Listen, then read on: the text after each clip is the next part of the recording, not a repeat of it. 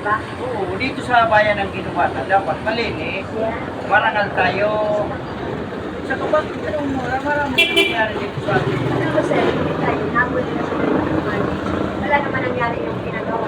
Di ba? Puro paninira, puro perwisyo. Dapat hindi gano'n. Alam mo, ang pera daw tayo, pag nahawa ka na, yun ang bitiwa, pag mayroong mga problema sa atin. Ada tayong baga, kahit minsan, hindi ka pwede magtabi niya. Kasi nakalaan ko siya ni papagawa, di ba? Oo, dapat sa Sina tayo, anong magagawa mo doon sa pangyari ng buhay mo kahit minsan hindi mo nabigyan ng kabutihan? Nagpapasa ka ng hindi tama para pera na. Oo, pera lang Kaya nga yan. ang pera nga sabi ni tayo, sabi ng Mustado, lalo nakakasira ng oportunidad ng pagkatao.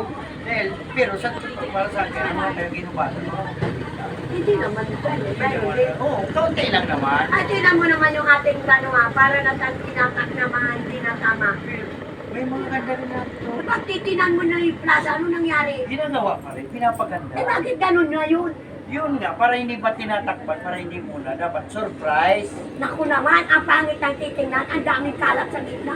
Yung mga dugtong-dugtong, ano ba yun? Inaayos pa yun. Ikaw daw talaga. Ikaw, may plano pa rin siya. Di ba ikaw Ayun na nga, si sa Alan. kumpanya mo, ikaw ang CEO. Ayun, yes, Oo. Betan. Alam mo naman yung mga sa ganyan, Betan. Kailangan, titingnan mo po, maganda sa plano mo. Parang kainan ng Ikaw, bago. ano sa plano mo mga boys mo? Ang mga, Alam mo, sir. ang mga empleyado mo, ano ang Alam mo, sir, alam mo, sir, sa mga ganyan na tao, important na hindi maganda sa paningin na tayo ng isang tao.